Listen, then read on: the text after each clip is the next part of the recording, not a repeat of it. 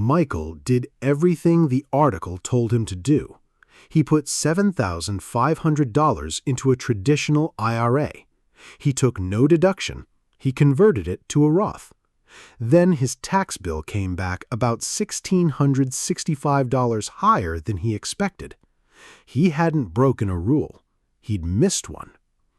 The strategy is called a backdoor Roth, and it's entirely legal. The IRS publishes a form for it.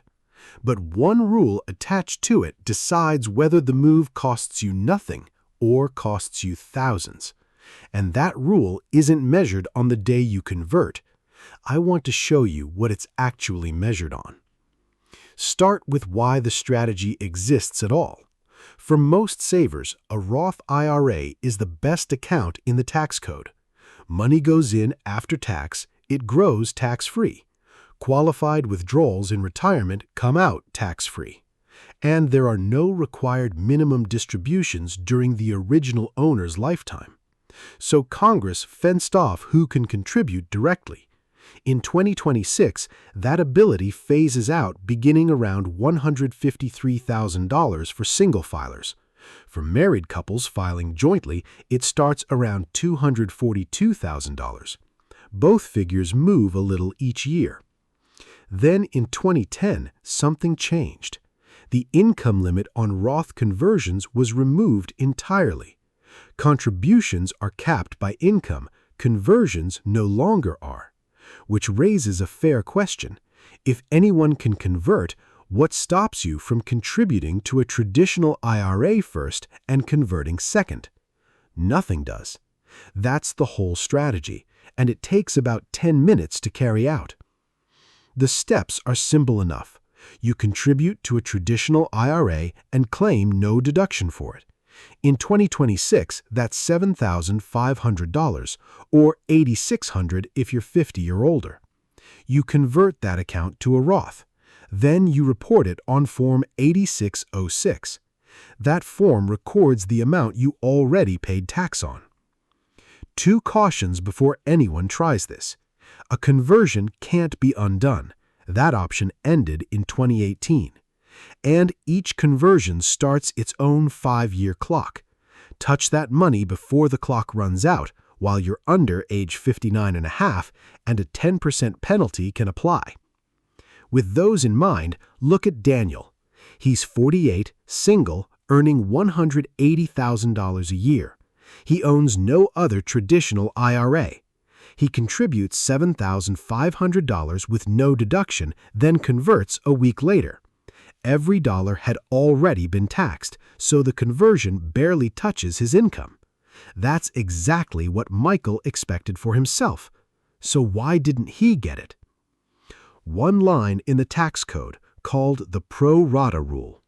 You don't choose which dollars you convert. For this calculation, the IRS combines every traditional IRA you own. That includes a simplified employee pension account and a savings incentive match for employees account, better known as a SIMPLE. All of it counts as one pool. The IRS works out what share of that pool was already taxed.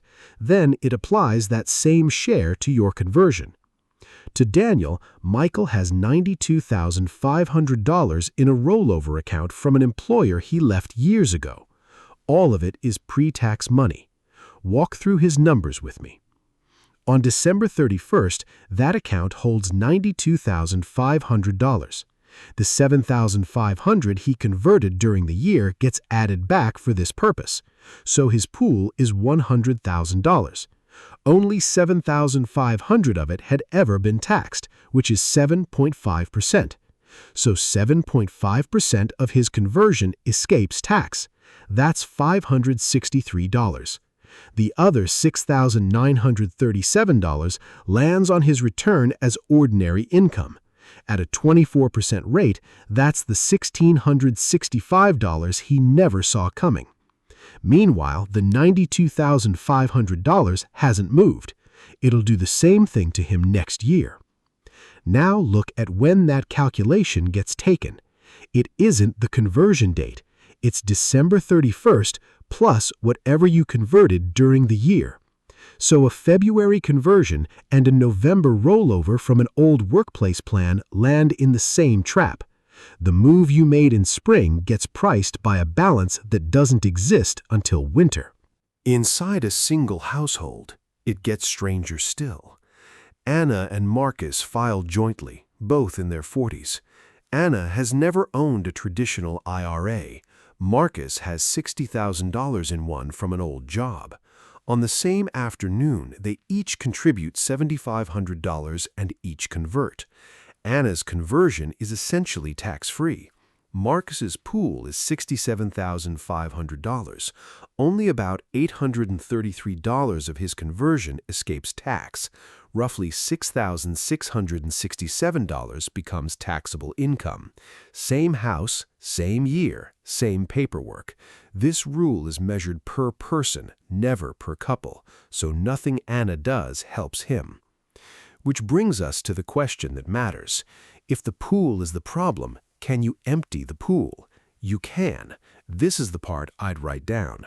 Money held inside a workplace 401k plan is not counted in the pro rata calculation. Only IRAs are. If your current employer's plan accepts incoming rollovers, and a great many do, that old account can move into the plan. Marcus does it in September. By December 31st, the only traditional IRA in his name holds the $7,500 already taxed dollars. His conversion is now essentially tax-free. Same man, same strategy, same year, same money. He simply changed the order. Once you understand this rule, the question you're asking changes. You stop asking whether you qualify for a backdoor Roth. With earned income, you do. You start asking what sits in your traditional IRAs on the last day of the year. That one number is the entire difference between Michael and Marcus, and in a sense, they're the same man, 12 months apart.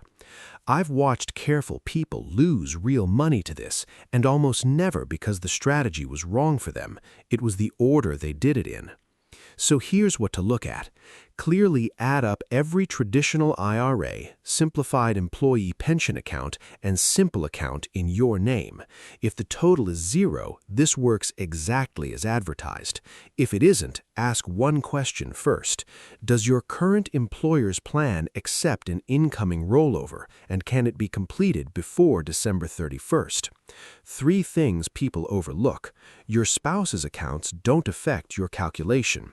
Inherited accounts aren't part of the pool, and file Form 8606 for every non-deductible contribution you make.